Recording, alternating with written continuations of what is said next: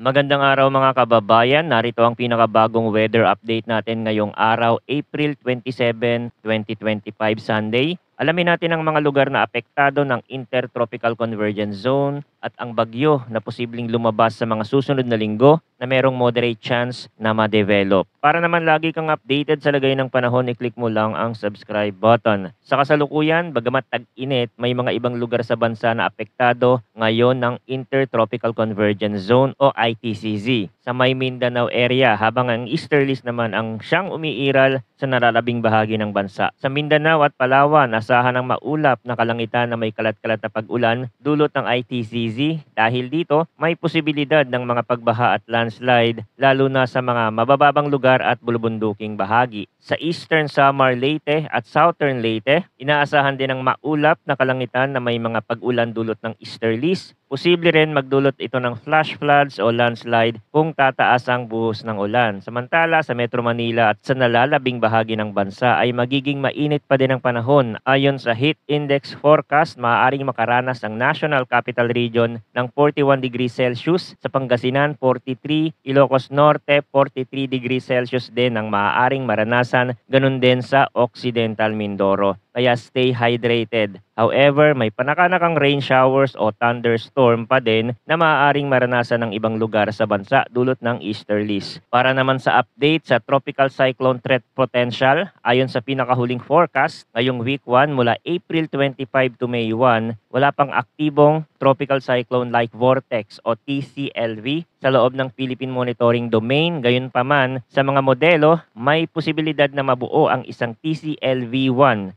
low pressure sa southeastern boundary ng Philippine Area of Responsibility. Kung mabubuo ito, inaasahang kikilos ito papunta sa kanlurang bahagi ng Mindanao, Visayas at Southern Luzon at may moderate na posibilidad na maging isang ganap na tropical cyclone sa unang linggo. Pagdating naman sa week 2 mula May 2 hanggang May 8, inaasahan pa rin na ang nasabing low pressure ay may moderate na posibilidad na maging tropical cyclone at inaasahang liliko o magre-recurve papuntang Hilagang Silangan habang kumikilos ito sa silangang baybayin ng Southern Luzon. At kung titingnan natin ang ibang weather model gamit ang European model, hindi inaasahan na magiging bagyo yan. Pero kung gagamitin natin ang GFS ng US, then sinasabi nila na posibleng ngang mabuo itong bagyo at bahagyang daanan ang silangang bahagi ng bansa. Pero lahat ng mga forecast na yan ay pwede pang magbago, kaya importante pa din manatiling updated sa mga susunod na ulat mula dito sa channel para sa pinakabagong balita tungkol sa lagay ng panahon. Salamat sa inyong pagtutok at manatiling ligtas.